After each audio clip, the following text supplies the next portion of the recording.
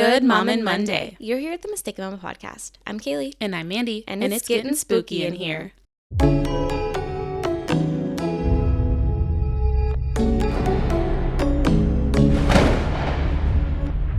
So this week we decided to talk about saying sorry, or also our kids saying sorry, like when a kid gets hurt on the playground or whatever. Mm-hmm.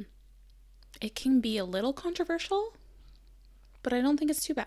No, I don't Not compared think to it's our couple of our last episodes. Yeah. This one shouldn't be too bad. Yeah. But before we get into that, let's talk about wins, fails, books. Wins, fails, books. Yes. Cool. Win. You got one for us? I don't know. This week's been kind of crappy. I mean, Anna's doing good in school. That's good. She's enjoying it. She's not loving that there's more work than there was in homeschool. Mm-hmm. And it's because, like, when I would do things, I would kind of combine projects or, like, topics into one project versus for her school, it's kind of like, you know, just working on math or just working on art versus combining all of them, which is what I did. So yeah, she's not loving the workload, but she's doing really good as far as, like, the actual assignments go. That's good. Yeah. I think that's a win. I would say you that's look defeated. Yeah, it's kind of, I mean, it's an adjustment for her, obviously, and so I think that's just where the all of that is, you know. Mm-hmm. And she's struggling a little bit with it, but I think she'll get by, and overall she's doing decent. That's good. A win for me. I mean, Quincy's walking really good. Yay. I mean, she's walking in between furniture. She still is a little unsure of herself, but I think she's doing really good. That's awesome. Yeah. So that's a win. I'd say that's definitely a win. For sure. Yeah. You got a fail for me? Do I have a fail? If not, I'll give you guys mine. Let's hear yours while I think. That's what I just told you, but... Oh, okay. We'll do the podcast. So, my youngest daughter, Ellie, she is, for whatever reason, deciding to pop as many teeth as possible right now. She's got at least 2 molars, one on top, one on bottom, coming in. She's got, I don't know what that tooth is called. Not the front tooth, but the one right next to it. Oh. It's not your canine. It's the one right in between your canine and your fronts. Yep. I don't know what those ones are called. Cuspid? No. Don't quote me on that. I'm not sure. I don't know. But, yeah, so that one's coming in. That one's, like, almost all the way through already, but the 2 molars are still just coming through, and then she's got the blister essentially up on the top. I'm pretty sure she's got a couple on the other side. So those 3 are all on one side. Yeah. And then I'm pretty sure she's starting to get one on the other side. So her mouth is just really swollen. She's incredibly fussy. Ugh. And we had a dentist appointment yesterday, her first one. Right. And then the first one my son's had in a little while. Did not go well. They screamed and argued, kicked, shouted. The only thing they didn't do was bite the dentist. I mean, that's a win. Yeah. It was atrocious, and I was there by myself with all 3. And Anna, it wasn't her appointment because we're waiting on insurance to switch over so that she can have an appointment there too. And so the whole time when they were, like, talking about, like, getting a treat or, like, the little toys that they get with the coins afterwards, she's like, so do I get one? I'm like, no, you don't get one. And then she was like, but I want one. Just having an attitude about it. Yeah. Like, Anna, this isn't your appointment. When it's yours, it'll be just yours. But today is not that day. Yeah. That's a challenge. Yeah. That, and I was, like, trying to distract Ellie with, like, playing the baby piano thing on my phone. And Anna kept taking it and wanting to play with it. I'm like, Anna, it's not yours. I need this right now. Gosh. Oh, man. They liked the game in the game room, though. Yeah. The kids love the outside. Yeah. We go to the same dentist. We do. Well, the kids do. Yeah.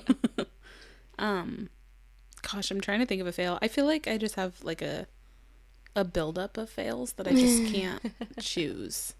Because every day has just been so stressful lately and so busy. Fair. Same. Man, I really can't think of a good one right now. Maverick's been having more accidents. So is Damon. And I don't know what's in the water. I don't know if it's, like, weather change or if he's just now, you know, when something you become used to something, you don't, like, think about it as much. So I'm wondering if that's it. Kind of like when you are driving and you drive the same way every time. After a while, you kind of zone out. That's scary, but you kind of zone out. I 100% have. Like, I'll get in the car, I'll start driving, and then all of a sudden I'm there, and I'm like, I don't remember driving here. Yeah, exactly. So I'm wondering if it's like one of those situations. Maybe. I don't know, because nothing else has changed. You know, like they say, you know, when you add another kid or when something big happens, sometimes they revert back, but nothing major has happened. So no, I don't know. So we're just kind of rolling with it. Man, Anna was so easy. Yeah. That makes this whole thing just like... During the day, he doesn't have as many. But, that's a lie. He usually he's been having like one time a week, he'll have like a nighttime wet. But during the day, it's almost too as if he feels like he's going to miss out. So like if he's playing with his toys and his sister's right there, and you can like see him grabbing and like, you know, he has to go. Yes. And you're like, go to the bathroom. And he's like, no, I don't have to go. And then all of a sudden he'll be like, I have to pee. And he runs to the bathroom and he walks into the bathroom. He's like, Mom, I peed. And I'm like, you gotta go right when you need to go, buddy. So yeah, with Anna, we did notice that a little bit, the whole like fear of missing out type thing. We just kept her little potty in the living room longer. Yeah. And that kind of combat that, because then she didn't actually have to miss out. Right. And then once she finally got used to like the feeling of, oh yeah, this is the I need to pee feeling, and then we finally moved it. Yeah, that makes sense. Dog. I know. Stupid dog. But, you know, we're just rolling with the punches right now. It'll get better. Sounds a little glum, but I'm just... It's just been a lot lately. Oh my God, dogs. I guess I just feel like the last several weeks have just been so much that I'm just like, when is it going to... Oh my God. I just keep thinking, when is it going to break? But... sadly, I know it's not going to break anytime soon because we are just getting busier and busier and busier. Yeah. And it's going to get into the crazy season, which, oh man, I will say that season is hard for potty training. Oh, I bet. I remember so much is going on. Yes. Anna was like completely potty trained by the time that season rolled around. But then she regressed really bad. Not all the way in, like back into diapers. Yeah. But she had a lot more accidents. I think it's because of like all the holidays and stuff going on. Yeah, that makes sense. And if he's already showing signs of he doesn't want to miss out on something. When we drove up to Washington weekend before. Yeah. He did really good the whole time. I don't think he had a single accident the whole time we were gone. But it's been since we came back from that. Oh. And the other thing that I was wondering too is when we were gone, because we didn't want him to have an accident because we were in different places and we weren't always sure like if there was going to be a bathroom. So we were asking him a lot. True. And so I wonder if he's just like, well, you're not asking me kind of a thing. I don't know. I really don't know. If you need to kind of go back to the constant asking. Yeah, but now he gets mad at me when I say, do you have to pee? No. And I'm like, okay. Just make sure you make it to the toilet on time. Yeah. Yeah. It'll get better. That's where we're at. Potty training boys is difficult. Yeah. Definitely not for the faint of heart. No. Wouldn't say so. Do you have any books for me? I did start... So I finished the Triad series. I think I mentioned that. I think you were on the second book. Oh, okay. Well, I finished it. You finished it. My opinion still stands. It was very predictable. It was okay. Very predictable. But I started The Aberrat by Clive Barker. Okay. Michael has loved this book for the longest time. We have like 5 copies because he had been searching for... They have illustrations in them, but the author illustrated them. And it's not on every page. It's just like on a few pages, it'll be like through the words. And we finally found them it was during COVID we found them. And so he has all the 3, it's a 3 set, I believe. And so he has the 3 that has the illustrations. And then we have like 3 extra copies of the first book. and then I think one extra copy of the second book or something like that. But anyway, a long time ago when I was trying to find them for him, I ordered them on Amazon, but I ordered the Kindle edition. Oh. So when I was looking through my Kindle books, I was like, what do I want to read? And I saw those and I was like, well, Michael loves them. I'm just going to try them out. And they say that they're like adolescent books, but it's kind of like, he's a horror like writer, and he writes like horror films, or has in the past. I don't know if he's alive anymore. I should check that. So I started that. I'm like a quarter of the way through that, and it's pretty good. It's like a horror, fantasy, magic type book. And that's all I know so far. I kind of wanted to go into it not knowing much. And Michael hasn't really told me much. So, but it's nice because that's a book that he's read. So as I've been reading it, we've been able to discuss it. And I really like that because he doesn't read all the books that I read. Yeah, same with Thomas. He very rarely reads anything that I read. Yeah. So that's my update on the book. Well, that's good. Yeah. I started reading Pride and Prejudice. Ooh, I've never read anything like any of the like the major classics. Yeah. And I was just kind of scrolling through what I had available on my like the free library and stuff. I'm like, oh, I've heard a lot of stuff about this. Yeah. Sorry, I've heard a lot of good stuff about this, and I'm gonna give it a shot. So I'm a couple chapters in now. Nice. And I love the movie. I've never seen the movie. Oh, it's good. I think it's on Netflix. Or it used to be. Maybe it's a good idea that I haven't read or watched the movie yet, so I can kind of whatever. Yeah, because I've heard the books obviously better, but yeah. So that's what I'm doing right now. Yeah, it kind of feels nice to start reading something else, right? Versus sitting here and trying to force my way through a book that I'm struggling with. Not like obviously mentally struggling with, just like genuinely struggling with. Yeah, struggling to finish. Yeah, I get that. Yeah, so it feels nice to kind of branch it back out to that again. Nice. So we both had an update. Yes, we did. All right, so let's get into the meat of the episode. Yes. Saying sorry. Saying sorry. This is another episode that we did on the original podcast. And so this is also a revamp. I'm not sure if any of you guys are previous listeners, but if you are, you may remember this episode. Kind of about teaching our kids to say sorry, and then also how and why we say sorry to them. Yeah. And that's the controversial part right there. Yeah, I'm an advocate for saying sorry. Me too. It's a big one. They're humans, and I make mistakes, so I'm going to apologize for said mistakes, just like I would to anybody. Yeah, and you know, when kids are learning their manners and stuff, that's one of the first things you teach them. Like, oh, if you bump into someone or something, you say sorry. If you drop something, you say sorry. Those kinds of things, right? Right. And I think the best way to teach that is by modeling it. Yeah.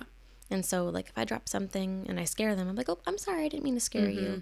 Or if I accidentally bump into them, oh, I'm sorry, I didn't mean to bump into you.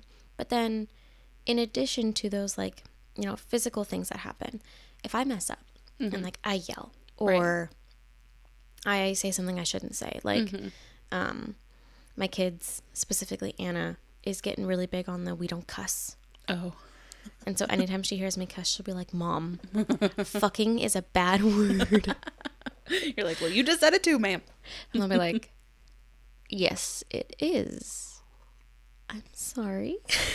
Right. Yes. That's like this morning. This wasn't a speaking thing. This was actually a physical action that I accidentally did to Maverick. But he was on his, like, bent over like a triangle. His head was on the floor, hands were on the floor, and his feet were on this side. If that makes any sense. Bent over. The kid's doing the I'm ready for a little sibling thing. Yeah. Well, he was doing that and kicking his sister in the face, like donkey kicking her in the face. And I was like, Maverick, you have to stop. You're kicking your sister in the face. And he kept doing it. So I walked over and I tried to just like move him over. And instead I like full flipped him over. And he landed on his back and immediately was like, oh, Mom, no. And I was like, okay, I'm very sorry for flipping you over and you getting hurt. That was not my intention at all. I apologize. I was trying to prevent you from kicking your sister in the face because he did it about 4 times. Yeah. And he goes, oh, I sorry, Mama. I sorry. And I was like, okay, now let's go over to your sister. I always say we need to make sure they're okay. You need to say sorry. And for sister, we say give hugs if he wants to give hugs or she wants to receive hugs. But I try to get the, like, are you okay through to him? Because I don't want him to just blindly be like, I'm sorry. Yeah. You know? Checking to make sure you're okay. You know, understanding that what you did was not okay. Yeah. The most recent, like,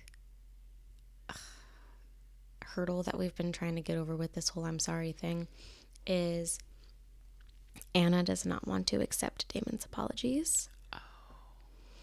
And so she makes it very difficult for us to try to encourage Damon to apologize because she'll be like, I don't want your apology, and start screaming and pushing him away. Oh, man. And I'm like, Anna, we need to teach him that when he does something wrong, he needs to apologize. I'm not saying he needs to hug you. Yeah. I'm not saying he needs to kiss your owie all better or anything like that unless you are willing to accept that. Exactly. He can offer, but obviously I'm not going to let him do it if you don't want to. But we need to allow him to say sorry. Yeah. You know, so that he can learn that he needs to. She's like, well, I don't want to accept his apology. I'm like, okay. Then how about we say, like, I heard you say I'm sorry, but what you did wasn't okay and I'm still upset. Yeah. And then, you know, kind of so that he can see that, you know, just because he said sorry doesn't mean that it's better now. Right.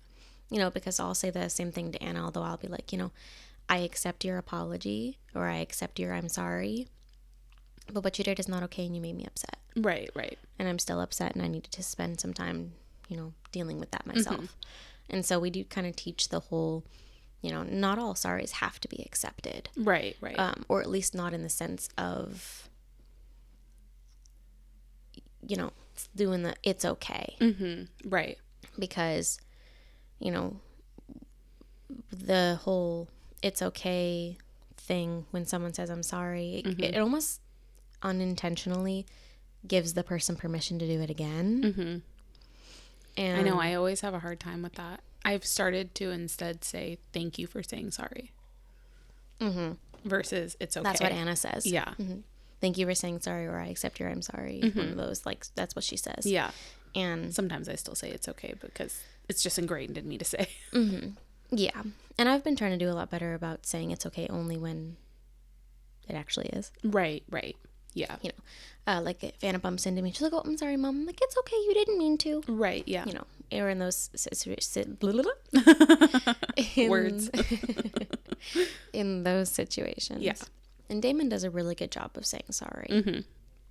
If he bumps into me, he'll go, oh, I'm sorry, Mommy. Aww. And it's just so cute. I'm like, oh, it's okay. You didn't mean to. Yeah. And he'll go, oh, you get owie. I'm like, no, it's okay. He goes, oh, let me kiss it better. And then, you know, wherever he bumped me, we're having to try to teach him that, like, not all places are appropriate to kiss better. Right. Yes. He elbowed me in my crotch the other day, and he's like, oh, let me kiss it better. I'm like, nope, it's okay. I'm good.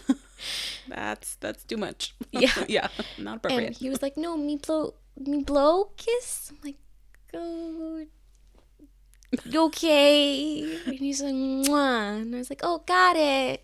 Rubbing it on my cheek. And he's like, okay. And then walked away. Yeah, like, that's it's a not where I hit confusing you, one. but all right. Right, yeah. You know, but for him, there's nothing wrong with that. Because it's just another part of your body. It's just an owie that you have. Yeah, just for us that it's... Right. You know, we see the significance of it. Right, exactly. And we turn it into a very taboo place. Not that I would ever want my child kissing me there. No, not at under all. any circumstances no, whatsoever. But it's weird to teach that because they don't understand it. Yeah, how do you explain that? Yeah. You can't kiss somebody there because that's inappropriate. It's like, okay, why? Yeah. It's right. Like, how do I explain that to a 3-year-old? Right, yeah. You just have to wait until they get a little older. Yep. And so, you know, in those situations where, like, a certain body part, you know, whether it's, you know, he accidentally elbows Anna's butt or something, you know, it's like, okay, well, people don't like to be kissed all the time in all the places. So if they say no, you just have to accept no. Yeah. We've been trying to work on that with Maverick, too. Like, if somebody says no or stop, that means no or stop. That's a really hard concept for a almost 3-year-old. Anna's going on 6 and still struggles with that. Yeah.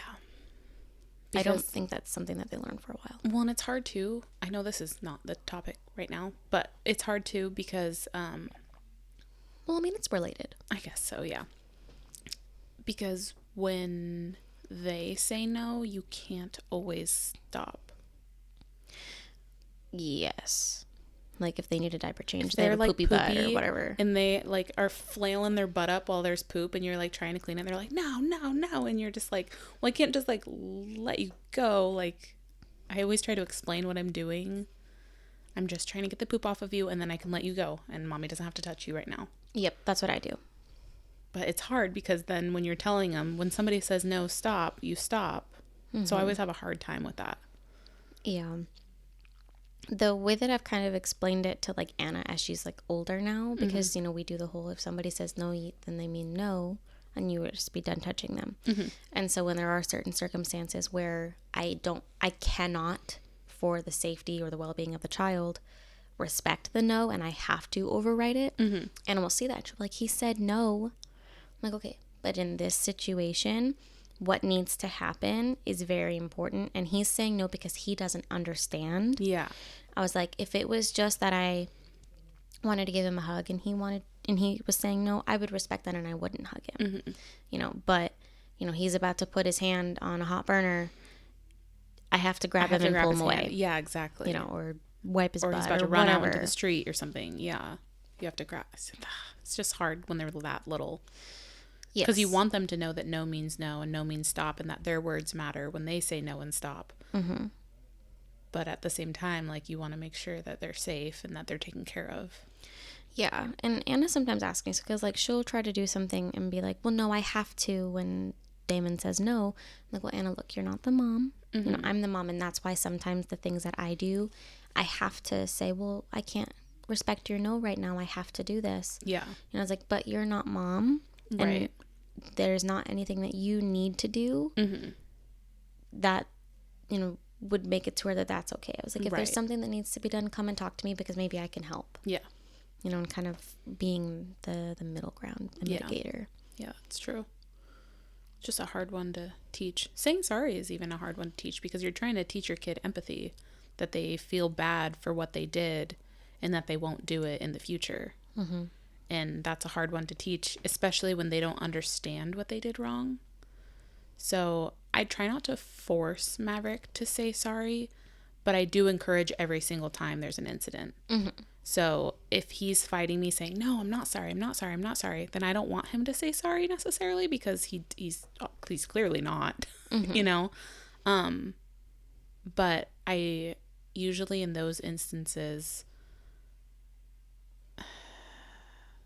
it's kind of like, so let's say for instance, he was hitting his sister and I tell him that's not okay. You need to stop the action. You need to make sure that she's okay and you need to say sorry and we don't do that again. If he's yelling and screaming that I don't want to say sorry, then I say, okay, well then we can't play with sister right now because it's not safe. Mm-hmm. And so then he's not allowed to play with his sister. So I try to make it related into whatever it is. But it's hard too because there's one of two things happen. One, he will be like, okay, and go say sorry. Or two, he's like, okay, and just goes and plays. Mm-hmm. Which, I mean, I don't really see an issue per se with either way, unless it was happening every time that he needed to say sorry. Because I can understand, like, maybe I didn't see that she was climbing all over him and then he started hitting her because he was trying to get her away. So maybe I didn't see the dynamic, and so he doesn't want to say sorry because he's like, well, I was trying to get her away, so I don't know. Saying sorry, it's a kind of hard one in there. And I think sorry is so wildly overused. Mm-hmm. And then in addition to that, and on the flip side of that, mm-hmm. we're taught as children that we have to accept the other person's apology, which is why I try not to encourage that. But like, you are totally allowed to say that what they did was not okay. Right. You are allowed to express that feeling. Mm-hmm. You are allowed to say, I don't accept your apology if you don't. That doesn't mean you get to be an asshole about it. Right. At least not to your brother. You know? Right. And, but like there was, I forgot. Oh yeah, it's like the whole 8 passengers thing that just recently came out, and someone compared it to the Turpin case from 2018. I've been meaning to look into that because I haven't looked into it, but they had like multiple children, right? 13. Yeah. Between the ages of, I think, 2 and 29. Oh, wow. And they weren't like allowed to like talk to anybody or something? They were like changed to their beds. Yeah. I've been meaning to look into that, but I haven't yet. Yeah. But the point that I'm getting at is when the parents got arrested and were in court, they read a letter to their kids saying sorry. Oh. The Turpins? The parents. Turpin parents. I was going to say because Ruby, I don't think has done that yet. Nope, not Ruby. Nope, the Turpin parents. Okay. Yeah. They were just comparing because it was like, you know, she was like, I think Ruby's kids were like, what, duct taped together or something or whatever. Duct tape was found around their wrists. Yep. And then with the Turpins, they were like chains to their beds and whatever. So they were comparing the two. And that's where I was like, oh yeah, I've heard about the Turpins. And then I did a little research on them. And I'm pretty sure only 2 of the Turpin children are kind of in the public eye. I think everybody else is, it's the 29-year-old's the oldest. Oh, okay. Who's obviously not 29 anymore. Right. And then the one who was 17 at the time who was the one who called the cops. Oh, okay. I need to look into that case. It's sad. Right. Very sad. But the parents apologized. And I'm pretty sure one of the kids said that they accepted their apology. And it's like, I really, really doubt that they truly accept the apology. And it's just that we're taught to accept. To at least verbally show that acceptance. Even if in your heart you don't and you still have hatred or anger or whatever it is. You know, like like if someone were to assault you and like they say sorry, it's like that doesn't mean you say it's okay. Yeah, it's like you're not actually sorry. Right. It's like you just don't want me to be mad at you anymore, or you don't want to be in trouble. Yeah. It's like you're sorry you got caught, not you're sorry for doing what you did. Kind of like the typical sibling thing I always see on like TikToks and stuff, where like the older brother, you know, let's say smacks their younger brother on the head, and then that one starts crying. They're like, no, I'm sorry. Don't tell mom. Yep. Like that kind of thing. They're just trying to Band-Aid it. Yeah. Yeah, and see, that's what I don't want to teach. And I have actually caught Anna doing that before. Doing the, I'm sorry. Right. And then I'll walk up and I give her this look and I'm like, Anna, don't say I'm sorry because you don't want him to tell me. Right. Because that's not a real I'm sorry. Yeah. That's I don't want to get in trouble I'm sorry. And those I'm sorries are not good I'm sorries. Right, yeah. I just said I'm sorry way too many times in one sentence. But I mean, you know, you can't necessarily talk to a kid like you would an adult and be like, that's a bad apology. Yeah, exactly. Yeah. You know, so having to teach that is so hard. Right. Because it's more than just 2 words. Or I guess 3, but whatever. Right, yeah. You know, there's a whole, like, there needs to be empathy behind it. Yeah. And regret. Right. If you don't feel the empathy and the regret and the, oh man, I feel really bad for doing that, which is, you know, the empathy, but putting it to words, then you shouldn't be saying it. Yeah. And I think it's hard because they're kids and so they're still learning like to not do it again. But I think if we're talking grown-ups, when you say that I'm sorry, it should be I'm sorry, that will never happen again. Or at very minimum, I will do my best to change behavior. Because, I mean, let's be honest, behavior is not always something that can change overnight. Right, yeah, exactly. Some things, yes. Yeah. Like, you bite me, Mandee. I'm going to expect you to never bite me again. And say sorry and not do it again. Yeah, exactly. And if you ever bite me again, not only am I going to be like, the fuck? Right. I'm going to look at you like, girl. Because I kind of feel like, at least for adults, if I were to bite you again, that negates my apology. Clearly I wasn't sorry because I did it again. Yeah. You know? Yeah. That's why the apologies that I have Maverick make, I try to make them longer. Like, I start with, are you okay? Obviously he asked his sister that and she is either continuing to cry or has stopped. I'm sorry. I won't do it again. Yep. And I know right now it's kind of just me putting words into my kid's mouth and like having him repeat. But I think that's kind of how we teach kids. Yeah, I'm not really... You know? And I mean, he sees me also apologize. I apologize to my husband when I mess up. I apologize to him when I mess up. I apologize to the dog when I accidentally step on their paw. Like, I'm trying to show him that and make it a point. Because sometimes when I say sorry about something, he'll ask like, why sorry, mama? Why sorry? And, you know, I'll tell him, well, I stepped on the dog's tail and he yelped. So I was just saying sorry because I didn't mean to do that. And I'll try not to do that again, you know, just so he sees that I'm not just forcing him to do it. We're all doing it in the house. And Michael's on the same page with saying sorry. He apologizes to the kids when he messes up. He apologizes to me when he messes up. Like, we're a sorry household. Yep. So are we. And I don't want to teach the overuse of it because, like, you know, like if somebody were to slam into me, I don't owe that person an apology. Right. I'm really bad about that. So am I. Like at the supermarket when somebody tries to get past you, you're like, oh, sorry. You don't really need to say sorry in that instance. You just can kind of get out of their way. I think it's just a politeness thing is how I see it. But I know it gets overused to where it starts to lose its meaning. Yeah. And I've noticed that my kids will do that too. Like, so I don't know if I've accidentally done it and they're mimicking me or if it is somehow become inherent. Yeah. Because like they'll do it like, oh, you don't need to say sorry. You didn't do anything.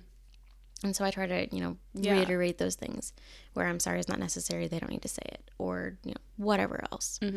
But the biggest one that I always drive home that always gets like some looks or some questions or even comments is the, you know, that I say sorry to my children when they're owed a sorry. Right. I've had family members even be like, why are you saying sorry to your kids? Yeah. Which seems very odd. It does. Because I feel like saying sorry, it doesn't matter the age of a person because at what age can you now apologize to them? Right? You know? Well, like if they were, let's say your child's 20 years old and you accidentally did something or said something that you didn't mean to them, you're just not supposed to say sorry because they're your kid? I mean, some people think that it doesn't matter how old your kid gets. Your kid could be 65 and you're in your 80s, 90s, whatever. You still don't owe them an apology because they are your child. It doesn't matter that they're an adult. That seems wrong. Right. Oh. She does that. Got you. I didn't know that. Yep. And so it just seems like a weird thing because so then are your kids not human? Are they not deserving of your apology? Do you not feel sorry when you do something to your kid because they're your kid? I feel more sorry because they're my kid. No, I know. Me too. Like, even just bumping into them, I feel so much worse. Oh, yeah. When it's my children versus literally anybody else. Literally. I could knock over someone else's kid. I'm like, oh, sorry. Yeah. Sorry. Knock over my kid could be like, way less worse. I'm like, oh my God, I'm so sorry. I didn't mean to do that. Yeah. But yeah, no. Yeah, so she grew up with the whole, you know, parents don't say I'm sorry. Kids are inferior to adults. And then she obviously taught that to Thomas. So Thomas struggles really hard with saying sorry to the kids. Yeah. He understands the need and he gets the concept behind it. He gets where it's beneficial. Right. But it's not ingrained in him. So I have to remind him sometimes. I'm like, go say sorry to the kids. You know, you were an asshole. Yeah. It's kind of like our need to constantly say sorry. His is his need not to. Yeah. And so he just has to switch it just like we need to switch it. Yeah. But it's funny because like if he were to bump into me and like let's say he bumps into me and I end up smacking my head off the wall or something. He immediately caresses. I almost said caresses. I thought you said carrot. I was like, carrots you? He'll caress my head and he'll like, I'm so sorry. I didn't mean to do this. So he gets it. Yeah. But he doesn't necessarily do the same thing to the kids. Right. Which is an interesting thing to see because I do the same thing regardless. I would probably even react that same way to you. Oh, yeah. Or to your kids. Yeah. Like, oh my God, I'm so sorry. Yeah. Caress their head. I'm like, I'm sorry. Yeah, exactly. But yeah, he didn't grow up that way. And interesting. I have flat out, I'm pretty sure I have a saved message somewhere of Mariah saying, I don't owe you an apology. I'm your mom. That just makes no sense to me. It doesn't make sense to me and either. I think it kind of goes along with, well, I can't remember what we were talking about a few episodes back, but how like the respect your elders thing. Oh God. I think it kind of goes with that, where they think that you're just the authority. Mm-hmm. But even so, like, I would, if my boss was doing something wrong, I would expect them to apologize. Mm-hmm. Yeah. You know? I don't think having power over somebody or authority over somebody mm-hmm. should take away the moral, responsibility mm-hmm. of taking accountability for your actions. Right. But for some people, they think that it does. Yeah. And it is so bizarre to me. Right. Because, I mean, I don't know if it's just because, like, I didn't necessarily grow up with that mindset mm-hmm. or what. Because, like, you're not always your child's authority. Right. Like, as soon as that kid gets out of the house, you have zero authority over them anymore. Right. Yeah. I mean, technically, once they're 18, and even if they live with you legally, speaking, you know. But, like, my mom has no authority over me. Right. She can't tell me what to do. Yeah. She might suggest something, but I have the complete and utter free will to ignore her if I want to. Yeah, exactly. You know? Granted, most of the time I take her advice into account. Right, yeah. I feel the same way with my mom. But, like, if she has no authority over me anymore, then why should just her, and Mom, I don't mean this in a mean way, so just for the sake of the example, why should her advanced age I see. I was like, where are you going with this? Yes. Why should her advanced age mean that she has she doesn't have the responsibility to apologize? Right. Or, you know, whatever. Granted, that is not how my mom is. My mom does apologize, and she's always been very adamant on that, which is probably where I got it from, I'd imagine. But I remember my stepdad wasn't like that. Mm-hmm. He was I don't need to apologize to a child. Yeah. And it's like, how entitled do you have to be? Right. To think that just because someone is smaller than you. Yeah. And my stepdad was abusive too, so I mean, and so is he's Thomas's got a mom. lot of bad marks. They both do. Yeah. Coincidences. I think that also goes hand in hand too with not wanting to be wrong. Oh, yes. I think it's hard for some people to admit that they are at fault and that mm-hmm. they did something wrong. Mm-hmm. And so then the apology's not going to come because they don't even want to admit that they were wrong, because they strongly believe that they were right. And it doesn't matter what you say or how you feel. I was right. Which I think it takes a bigger person to admit that they were wrong and to apologize. It does. 100% does. Mm-hmm. Like, at the end of the day, yes, it is hard to admit that I did something wrong.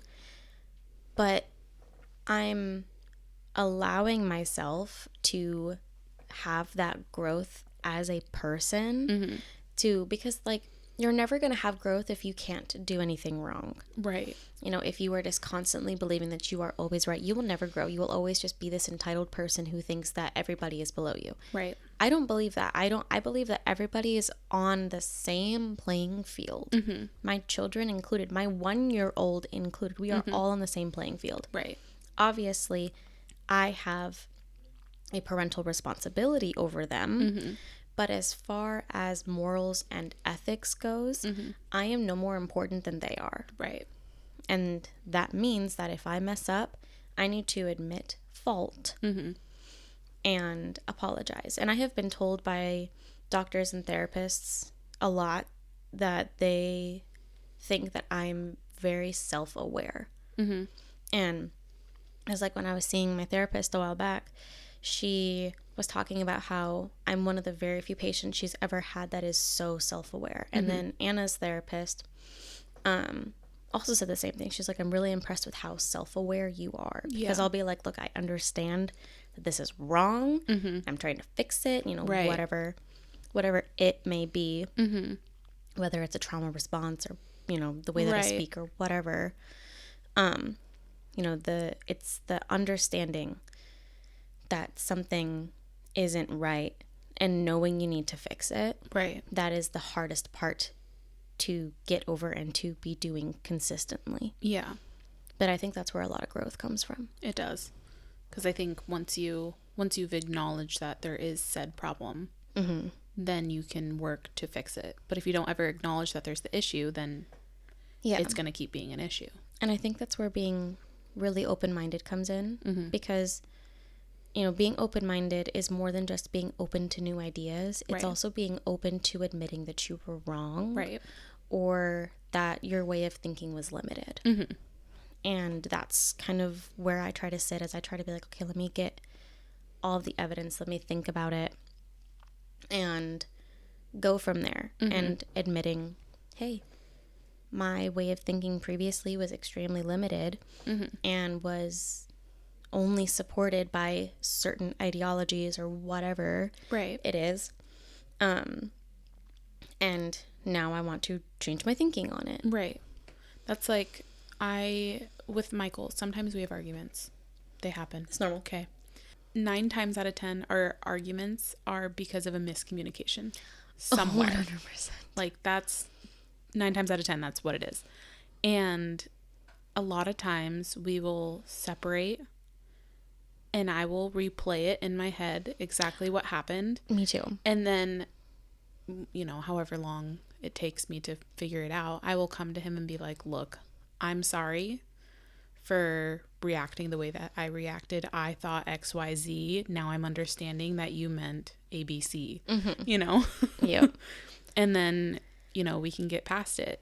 But I've noticed that when I don't do that, when I feel stubborn and don't want to admit that I played a role in the argument, it makes the next argument worse. Yes.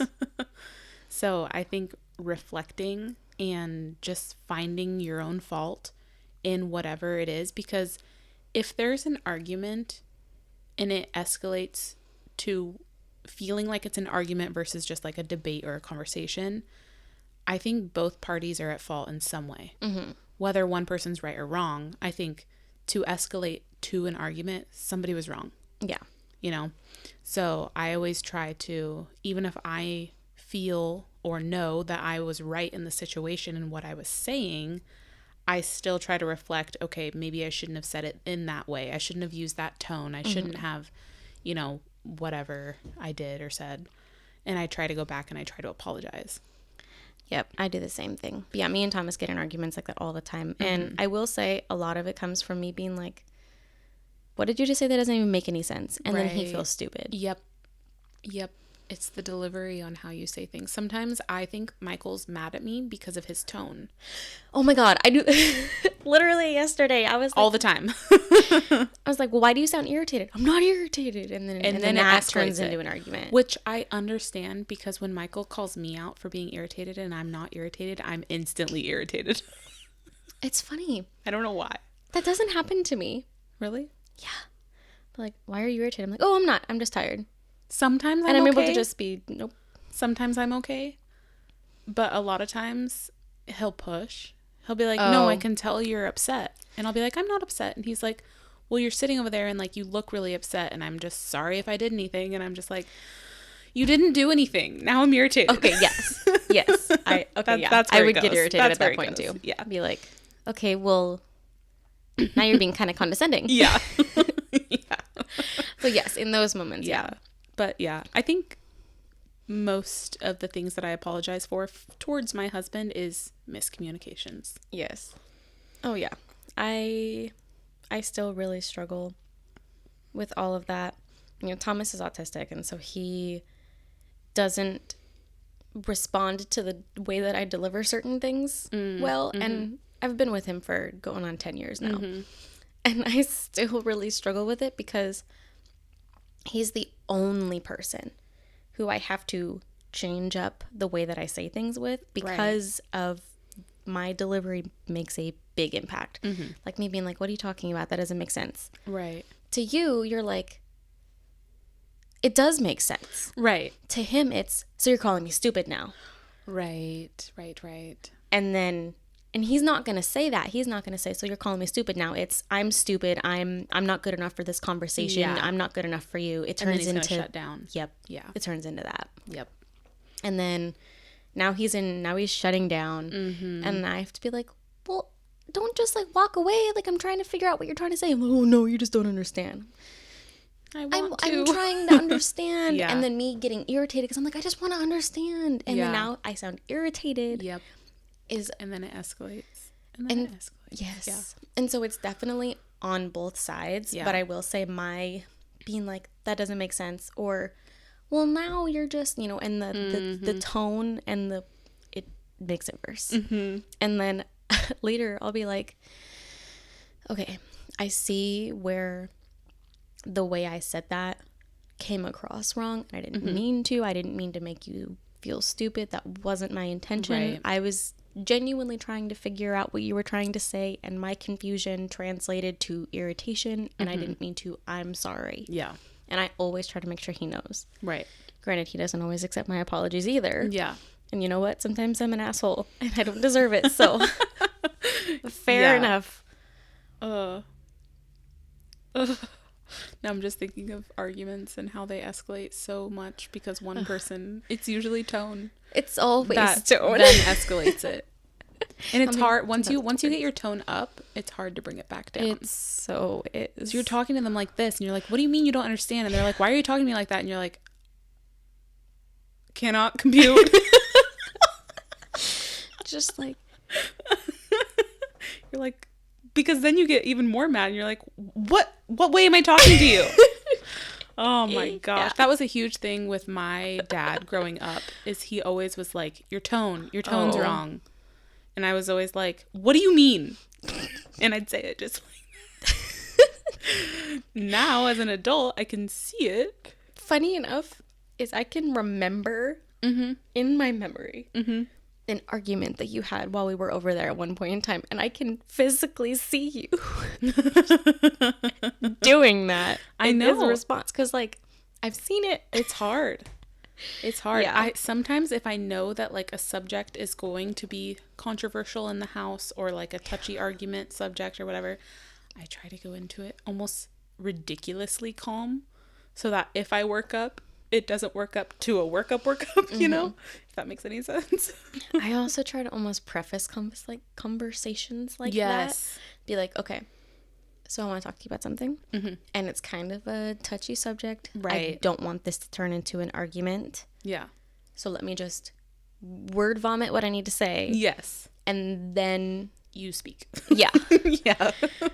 And blah, blah, blah, blah, blah, blah. Yeah. It doesn't always work. Yeah. Sometimes it still ends up being an argument. Or lately what I've been doing with Michael is I'll say, I need to talk to you about something. It's nothing bad, but I just want us to be both calm. I almost started doing this again. Sorry.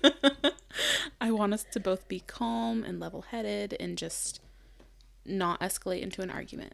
So when you are ready to have that conversation, let me know. And then I'll usually give him the topic so that he's not just like, what does she want to talk to me about? You know? Oh yeah. I'll be like, it's about you taking the trash out. That's never the argument, but it's about you taking the trash out. I don't want to get into it right now because I just want us to both be really calm, and I'm okay. I'm not mad, but I just want to talk to you about that later. So we're both in like a good space. The funny thing is I can't do that because he will never come back to it. Oh. I think that, I don't know if that's an autism thing or it will stay in his head, and he'll come back to me like 10 minutes later and he's like, okay, I'm good now. What? Tell me. Oh yeah, no, he won't. It's as soon as I bring it up, it's a right then and there conversation. Okay. Or it doesn't come up again until I bring it up again. I can't bring things up in the moment, because if I bring things up in the moment, I'm mean. I'm the first to admit. Am I? Yep. I have to sit on it and think about it and think about how to present it in a way that I'm not just being mean for me to actually get my point across. Every time I've ever brought anything up in the moment, I get very mean or like rude, or my tone, or you know, stuff like that. And so I really try hard not to do that. Yeah. And I'm apologizing. Yes. And I don't know your definition of mean, but like, for example, because taking the trash out is one for us.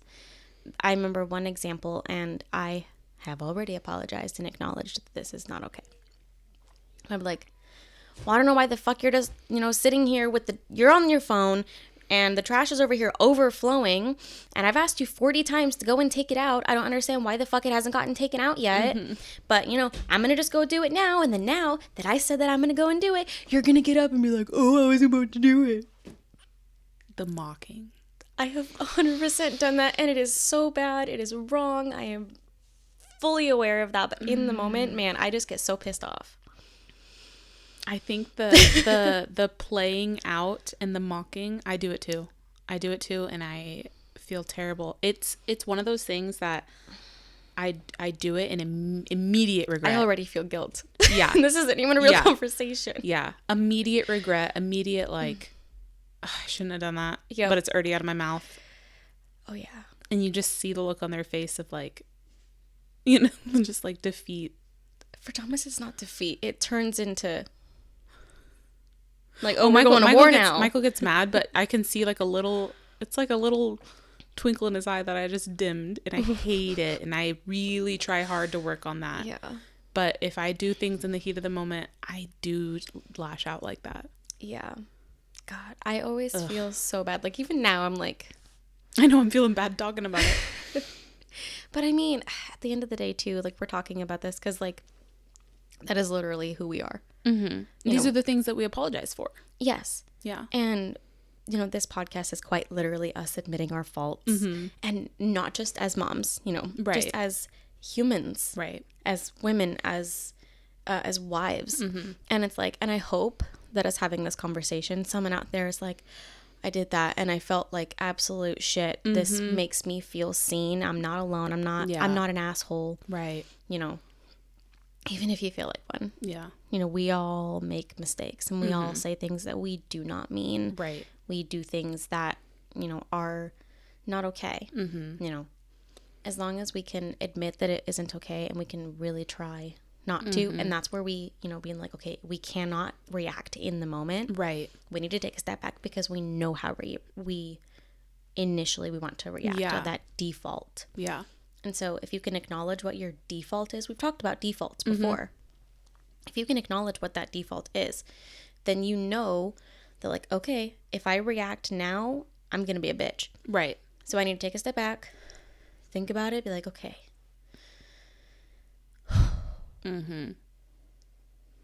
Hey, love, when you get the chance, can you please take out the trash? Right. Preferably sooner rather than later, as I have to make dinner in a few minutes and I'm going to need the trash can. Right, exactly. Something along those lines. And it goes so much better. Every time. I remember one time, quick story before we end. I remember I was sitting on the couch and Quincy was getting frustrated, and I think Michael was playing like his game on his computer or something, and she's just getting more and more frustrated, and I'm getting frustrated, and he peeks his head around the corner and he's like, is everything okay? Are you doing fine? And I was like, I'm fine. And he was like, he's like, oh, okay. Did I do anything? And I recognized in that moment I was putting blame on him for why she was upset. So I just said, I'm not talking right now. And he said, okay. And he sat down and he played his game. And then probably like 20-30 minutes later, he came into the living room and he's like, is everything all right? And I was like, I'm fine now. I was just realizing that I was about to just blame you for everything that was going on. And I knew that wasn't okay. So that's why I stopped you. And I was like, we're good. I'm good now. I was just getting really frustrated. Yep, I do the same thing. And I've learned that vocalizing the emotion that you're feeling really helps. Yeah. Because I'll be like, look, I'm really pissed off right now. I need a second to calm down before I tell you why I'm pissed off. Or else it's going to turn into an argument. Yep. Acknowledging your patterns will, at the end of the day, break those patterns. Yes. You have to acknowledge that they're there. Right, exactly. You want to know the quickest way to humble yourself? Indoor fucking cameras. Oh, yeah, I bet. Because you said that sometimes you'll reflect. Yep. I'll go back and watch it. Like, where is the moment it went wrong? Yeah. Oh, it's... Because I know what I was thinking in each of those moments. Right. And then so I'll see it. But seeing how you're actually visually showing them. Yeah. I've gotten humbled real fast. Yeah. Like, I'll be like, oh, it was Thomas's fucking fault. Blah, blah, blah, blah, blah. And I'll go back and watch it. I'm like, oh... I snapped quick. Like, nope. I'm like, I interpreted him having a tone, but now that I'm looking at it, he did not have a tone at all, and I was just heated and for whatever reason. Defensive, yeah. Yep, and so I'll go back to him and be like, I'm so sorry you didn't have a tone. I don't know why I interpreted it as one. I am so sorry. Right. I will try not to react as quickly next time. Yeah. Just acknowledge. Yeah. Acknowledge, apologize, do better. Repeat. Repeat. Rinse, repeat. And hopefully not repeating the same bad action again. Right. Yeah. Oh. But yeah, don't be afraid to say sorry to your husband, to your kids. Mm-hmm. It's okay. Just think of it every time you apologize to your kids, you're just showing them that they should apologize. Mm-hmm. You're teaching them. I wouldn't look at it as you're under them or you're undermining your parenting by saying sorry. I mean, don't say sorry for everything, but if the sorry is necessary, if there was harm there, whether it was physical or emotional, just apologize. Mm-hmm. And then again, try to do better. Yep. So I think that's the end of this episode. Might have been a tad long, but that's okay. No. I don't think we're even at 110 yet. Okay. So yeah. So it might have been an average episode. Make sure that you guys like, comment, subscribe, and we will see you next week for maybe a spookier time. Maybe a little spooky. All right. See you guys later. See you next week. Bye. Bye.